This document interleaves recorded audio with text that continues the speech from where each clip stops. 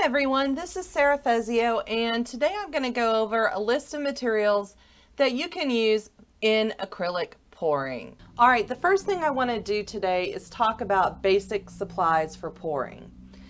And this is something you're going to need if you're going to do pouring, whether you're using a medium, whether you're using water, canvas panel, etc.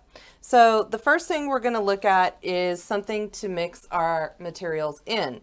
So I use a variety of cup sizes. The smallest one I have is just a few ounces, and I have a corresponding stick to go with it. So I don't want something too large or I might make a mess. Then I have this cup, which is 5 ounces, and a larger stir stick. So that is a bath cup that at Walmart. They're 5 ounces, you get 80 cups. And I used jumbo craft sticks, also from Walmart. So a lot of my materials I actually pick up there. Okay, so then we go up to the next size. This is also a jumbo craft stick, okay? And this cup is a 9-ounce cup. Hopefully you can see it. It's kind of clear plastic. 9-ounce cup. And these are made by Solo. I'm not endorsed by anyone. And they're 9 ounces. You get 50 of them in a pack. Then moving up, have a 16-ounce cup, and these are super jumbo craft sticks, also available at Walmart. All of these things so far I've purchased at Walmart, and this is how big that is. So if you want to save your hand, because it's very painful when you stir, you're going to want to get a variety of sizes, or you may just want to get one of each to start out. Now, if you're doing a very large canvas, this cup size isn't really going to work. So also at Walmart, I purchased this 95 cents, maybe 94 cent, 1 quart mix and measure cup. If you use resin, which I don't, you can also use these to make sure you have the right amounts of each of the ingredients. And then the jumbo stick might work, but it's not as strong as one of these mini stir sticks. This one's from Home Depot. You can get them at Lowe's. You can probably get them at Walmart too, since they have a paint department. And that's the right size for this container. So we have various size containers that you're going to use to mix your paint in. Okay, so I've already talked about the sticks and the cups. What you can also do is purchase these Wilton squeeze bottles in the cake decorating section, and you can use those to store your paint in until you're ready to use it. You'll also want to get some gloves. These will protect your hands, and some of the materials like Liquitex pouring medium, it's very sticky once it starts drying, and it's very hard to get off of your skin. So I suggest you get gloves. You may want to level if you're going to level your canvas, if you're using pouring medium. If you use paint and water, it's not as critical, okay? So a level, gloves, stir sticks. Also, I suggest picking up some plastic sheeting. Now, this will protect your area. You've got gloves on your hands. This will protect the area that you're pouring on. And this is 0.7 millimeters. I suggest getting the 2 millimeter, and you can buy this and the gloves and the level, all 3 of those things at Walmart as well. I'm sure Amazon has alternatives. Okay, also you might want to have some paper towels handy. I prefer the kind where you can tear individual pieces, and it helps to have them torn ahead of time. So paper towels, plastic sheeting, gloves, a level. We've already gone over cups. You may want to have some alcohol. This is 91% alcohol available. This will get paint out of clothes, To some extent, it will work on pouring medium, but once that stuff dries, it's really hard to get out. I also suggest some tape. This will allow you to tape off certain sections of your canvas. This is blue painter's tape, and I bought this at Michael's, but it's specifically for painting. They sell it at hardware stores and Walmart as well in the paint departments. I'm looking at my list. Okay, I also have a few palette knives. This is just a plastic palette knife that you can use to spread the paint if you didn't want to use a stick. Sometimes you can't really get to the angle. So this is at a diagonal, and that will help you. I've never used this in a pour, but this is a different kind of palette knife. This is actually a Bob Ross palette knife, a number 10, and I bought this on Amazon. Then, of course, you've seen me use this. This is my cake icing tool spatula, and this is kind of near where you get those little squeeze bottles. They're in the cake decorating section, and I love this because it's at an angle, so I don't have to worry about getting my hands into the paint. Another idea is a squirt bottle for water. This you can just spray on your canvas or your surface if you want to wet it before you put your paint down. It'll help the paint flow more smoothly. And then I have this little trick, which is a mirror. And the mirror is important because if you're painting, you can't necessarily see what's on the other side. So at least I can't, because I can't get to all sides of around my table. So I use the mirror to check the back of the canvas, and that works really well. That's just obviously some sort of locker mirror or something that I had handy. And then finally, the most important thing is your overall surface. So I'm painting on two 20 by 40 tables that are together. And what I've done is I have taken cardboard that's like this thick and just taped it vertically along the edge of my table so that I can drape plastic sheeting over and nothing's going to run off onto my floors. I also have some down by my feet. You might hear me creaking on it or whatever, just because I don't want to get anything on the carpet. But you're going to want to change your plastic sheeting periodically because it does get a lot of stuff on it. Some comes off easily, some does not. And just for aesthetic purposes, you may want to change it. So that pretty much sums up the first section, which is your basic supplies. If you have any questions so far, leave them below and I'll get back to them as soon as I can. All right, the next section I want to talk about is substrates, or things to pour on. You can pour on the plastic sheeting that I mentioned, and you can peel it up and you can get an acrylic skin. And I have an example right here. This was just, oops, it's falling off. But this was just paint. There was no pouring medium in it, so it's very, very thin, but you could use this. It's very delicate, but you could use a skin like this. So you could pour this on plastic sheeting and you could peel it off and make something out of this. So that's a skin, and that you pour on the plastic sheeting. Then I have a couple of different surfaces. Let's start with the canvases. I have 3 different kinds of canvas surfaces to pour on. The first one is just, it's a gallery wrap canvas in that it is stapled on the back. So you could cover the sides and hang it on the wall. It's maybe 7/8 of an inch thick, or between half an inch. It's not an inch thick though. So you could easily frame this. You could take a picture frame and a regular picture frame, take the glass out, but be very careful you don't cut yourself like I did, and put this in there, use offset clips and stick it in a frame like that. So this is a pre-gessoed canvas I bought at Michael's in a canvas value pack. Okay, so you can use a thinner canvas. Then what I've called gallery wrapped canvases. They're both gallery wrapped, but this one is very deep. So when you look at this, it's like 1.5 inches thick, okay?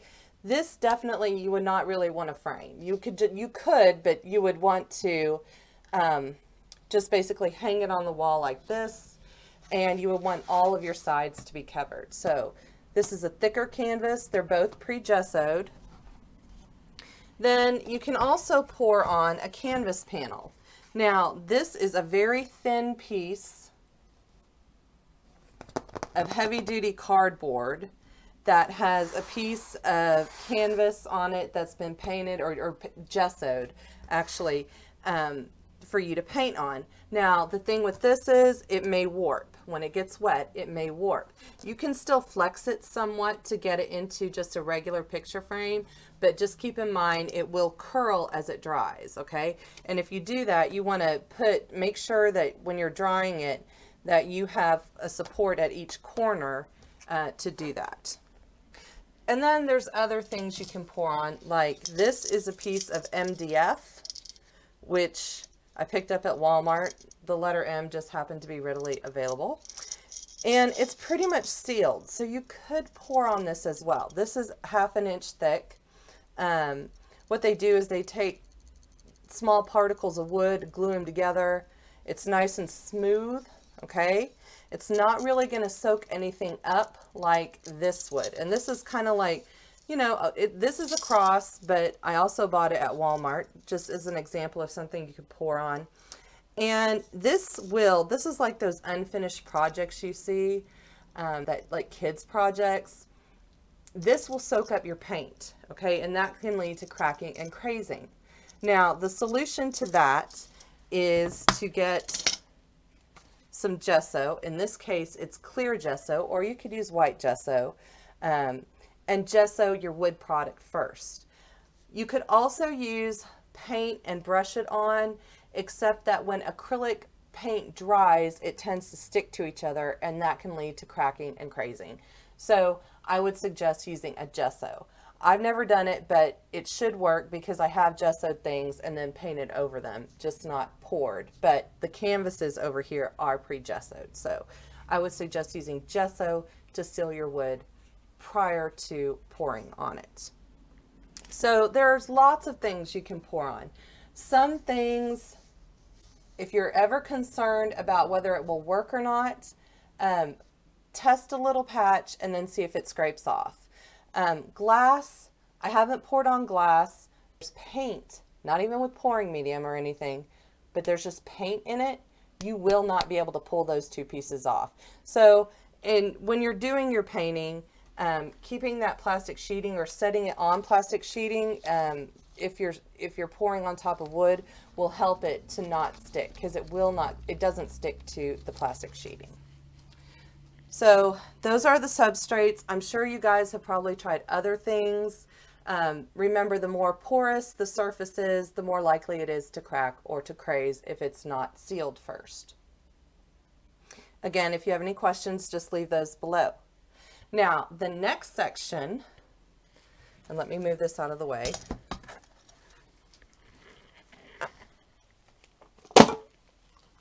Okay, the next section that I'm going to talk about today is paint. And I have several different kinds of paint to go over. But we'll start with the first kinds, which are house paint, because I get asked a lot, which brands do you use? So I have Glidden Diamond, one of my favorites. I have Olympic One. I have Behr Premium Plus Ultra, but Behr Premium Plus Ultra. It's in a blue can because it is satin. The different finishes come in different colors, so don't be thrown off by that, or different base type. These were samples that I picked up. So Behr Premium Plus Ultra. And this is Valspar Signature. And these are all sample sizes, okay? Valspar Signature. This is a white paint. These two, the Valspar and the Olympic, you can purchase at Lowe's. The Glidden and the Behr, you have to purchase at Home Depot. Now, the reason I'm saying these four is because they are 100% acrylic. And I strongly suggest using 100% acrylic paint when you're doing your pieces. Okay, so we have our house paints. I'll just set these to the side. I also have some student grade paints, which is Liquitex Basics and Artist Loft. These are both available at Michael's. At Michael's. So Liquitex Basics, Artist Loft. Okay, student grade paints. The reason I like these so much is because they're just easier to mix with water. Okay, they're easier to mix up and to make more fluid. So these are my two of my favorite colors, vermilion and bright aqua green. Okay, now then there's heavy body paints, really heavy body paints, professional paints, and I have Golden, Matisse, and Liquitex. So Liquitex has heavy body paint. Golden has, well, it doesn't have a specific kind on it, but this is their heavy body professional paint. And then Derivan, Matisse, these are structure paints, okay? All of these are very thick. And if you were to dilute them with water, you would need to start with like 2 drops and then mix it up and then 2 more drops. So it takes a long time, although they have probably higher pigment load than the student grade paints. Okay, so these have more pigment, but they're very difficult to mix up. If you were using a medium other than water, it would be easier, but it would still be difficult, more difficult than these other paints. So these obviously come in a variety of colors, and these are just the 3 that I grabbed. So black, white, and red oxide. Okay, so now we have these, but let's say you want to use a craft paint. And let me grab these and move them out of the way.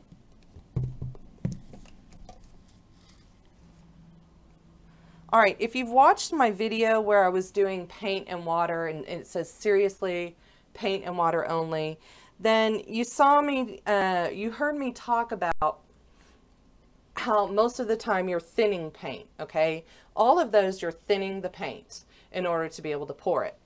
Sometimes you have to thicken paint. And so these options I have here, which is like your craft paint, that's not quite thick enough generally. And you would want to add either a pouring medium of some sort, whether it's GAC 800 or GAC 800 medium, golden acrylic polymer. You want to add something to make it a little bit thicker. And this is a Craft Smart paint, so it's only like $1 or $2. These are at Michael's, but they sell them all over the place. So you can use these, okay? So I'm going to put this right here because it kind of goes with the student grade paints. But let me go over this one too. You have other, this is a different category now. These paints are more heavily pigmented than these student grade paints. Or the golden paint I have in my hand here is more pigmented than this. It's very, very fluid. These are Liquitex inks. I have golden fluid acrylics. I have quinacridone red, which is a golden high flow. Okay, this is really like ink. It's even, I think it's thinner than the Liquitex ink. So these are your thinnest, okay? These are the thinnest products. You have to thicken these up, okay? So you have not just pour. This is way too thin to pour. You could dribble it on top for some neat effects, but you can't just pour it into like a dirty pour cup. So these have to be thickened up, but they have a lot of pigment, okay? Now, this is a golden fluid acrylic. I'm going to set these down, and these go over here with professional grade stuff. So we have golden fluid and Artist Loft fluid. The Artist Loft is the student grade version with less pigment and the same amount of liquid. Think of it like that. as your golden product, okay? There's a difference in price, obviously. If you're lucky, these are sold at Michael's. They were on like the bottom shelf. Sometimes they clearance them, but golden, they have a lot of different color choices to choose from with the golden fluids. But again, these are too thin to just put in a dirty pour cup or in a cup or just pour on the canvas, unless you use a lot of paint. Like you would have to just cover the whole area with this. And so you would want to add a medium to this and not water. You have to thicken it up. You have to use pouring medium, GAC 800, GAC 800, acrylic polymer gloss, something to thicken these up. Okay. And then finally, because these are thin and they need to be thickened, and these can be thinned with water, we have pigment powders. Now I have Black Diamond pigment powder that I bought on Amazon that I've used, and these are Pearlex pigment powders. Between the two, I mean, I'm not sponsored or anything. I definitely preferred the Black Diamond pigment powder. I just like the way it mixed with the medium that I had to use. So you can't mix these with water because it's too thin to actually pour. You could mix it with some of these other things if you wanted to, or you can just use a pouring medium or GAC 800 or acrylic polymer by Golden. And those are things that you can mix your pigment powders in if you wanted to add them as one of your choices in your painting. So I think that pretty much sums it up in terms of colors. You guys might have other ideas or other questions. Leave those below in the comments. Also check the description because I'm going to kind of summarize what we've been going over. But we're not done because we still have mediums to talk about and sealers. All right, we're down to the last two sections. Pouring mediums, and then the last one will be sealants or ways to seal your painting. So I have a few things here. I have some Liquitex Gloss Heavy Gel. Now what I used was actually just gloss gel and watered it down, and I did a painting with that, and it was very thin, but it turned out pretty well. There's also, that's Liquitex Gloss Gel. Then we have Liquitex Professional Pouring Medium. This is a gallon bucket. It's not at all easy to get open. You have to like pop these things out and try to use a screwdriver is what I use to try to pry it open. It's not easy to open, but basically you think this whole lid comes off, but the lid is just this little piece right here at the top. So that's Liquitex Pouring Medium. This is thicker consistency, and you have to have your canvas very level or everything will flow off. So Liquitex Pouring Medium. Now I have used Golden acrylic polymer before to pour, but you can also use what I call GAC 800 or GAC 800 as they call it. It's a low crazing extender, right? So you can add this to prevent cracking and crazing, just a squirt. In that case, you're not really using it as a medium. So when I say medium, that's what you're thinning or thickening your paint with, okay? So you're going to use a lot of it, not just a squirt in a big old cup, okay? So you can pour with this. I know people that have poured with this. And then there's also Golden acrylic polymer, which I did a video on that as well. And then one of my favorite things to pour with is Deep Base by Behr, and it dries almost clear. And this was a quart. I don't know, it was maybe, I don't think it less than $15. If I'd bought a gallon, it would have been more cost effective, but you have to store everything that you buy, you know, if you're not using it right away. So anyhow, this dries basically clear, and you can add your pigment powders to these things. That's why you would thicken them up with one of these mediums. If it's too thick already, like the gloss gel, then what you're going to want to do is thin it down and then add your pigment powder.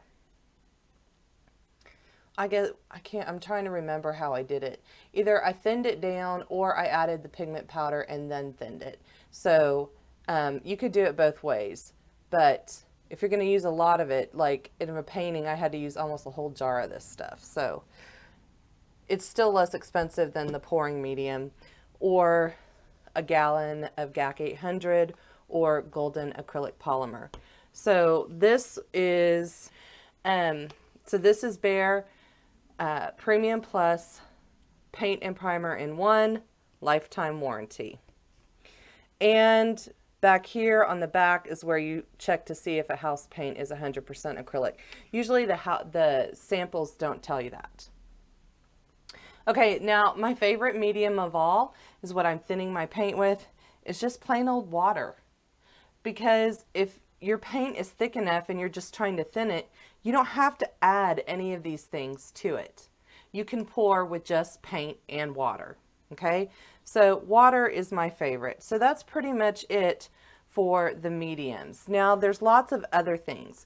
When you're looking for a medium to pour with, okay, because there's lots of products by lots of different companies, you're wanting something that does not extend the open time or will not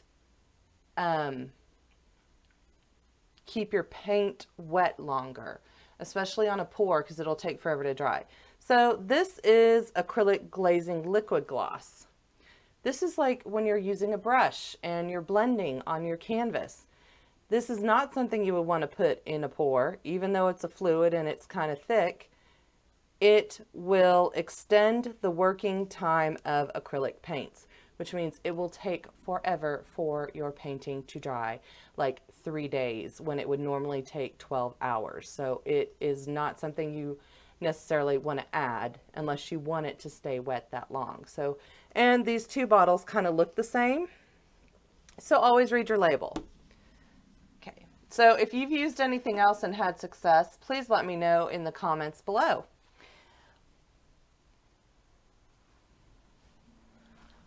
Okay, the last piece I'm going to talk about for your materials in acrylic pouring is going to be what you finish your painting. So once your painting is completely dry and you've let it cure for at least a week, it's a good idea to seal your painting, okay? Actually, I want to add something. So when I was talking about mediums, because I know a lot of people use Floetrol, I would not recommend using that product because, like I say, you should use 100% acrylic house paints. Floetrol is not 100% acrylic. It is made with vinyl. So same as like PVA glues. And let me just say, I'm basing this on some information I read where they tested 2 types of house paint. And the one type was 100% acrylic, and it never peeled, but this was outdoors. The less expensive vinyl paint, vinyl acrylic combination of paint, peeled, especially on the ends, like, you know, you would paint a fence, so the ends peeled. So if you want something that's more durable, then you need to go with 100% acrylic products, and that's one of the reasons why I don't pour with Floetrol. Okay, so finishing the painting. You have a few options once your painting is dry. The first one I'll talk about is a spray varnish. Now, this is the brand Grumbacher Gloss Brilliant Finish Final Varnish. This is for oil and acrylic. And you need to use this outside, okay? So I did, but I did it on something that I tried with shaving cream and inks on a watercolor board, and it worked. It sealed them in there, but it took a lot of it and it wasn't convenient for me. It was not my first choice. However, if you're concerned about brush strokes, you can try this. So I've tried this. It comes in other finishes besides gloss. So spray varnish is one of the options. Also, they have permanent varnishes and then semi-permanent that could actually be removed. So when you're going to varnish your painting, keep that in mind. This is the spray varnish I used. It was okay, but I mean, you're supposed to hold it like, you know, like shake it for 5 to 10, or let's see. Shake it, and then it says it's non-yellowing, and it's a final gloss varnish and protective coating. And I'm looking to see, because it's been a while, how far away. I think I had to go online to look. It says visit grumbacher.com for directions. So you're supposed to hold it back, you know, a ways, but I was doing it outside, and when I was spraying, I had to get closer, but it didn't drip or anything. So that is one option. So then we have brush-on varnishes. And I prefer, many companies make this, but I prefer gloss varnish over matte varnish. They have one that's in the middle. I think it's a satin. So gloss and matte. Okay, I'm going to show you the difference just so you know. I actually need to hold them up. So gloss and matte. This one I did with the gloss varnish. This is one from my 2 videos ago. You can see how nice and shiny it is. There is some texture to it because I did use house paint. I did pretty good on not getting any brush strokes in there. So that's how glossy it is. You can see there's 3 lights I'm trying to use here in the reflection. Okay, so that's that painting after it's been done, after it's done drying, and I've covered it with 2 thin coats and 1 thicker coat of Liquitex gloss varnish, which is a permanent varnish. Now, I tried matte, which I thought I was going to do a commission in matte, but when I saw it on this piece, I thought, I don't think so, because I personally didn't care for it. So here is, you can see there's still some shine, but there's no glare. This is, it seems very flat and smooth, okay? But you can see I missed a spot, so that's the difference. Flat and smooth, shiny. That's a spot I missed.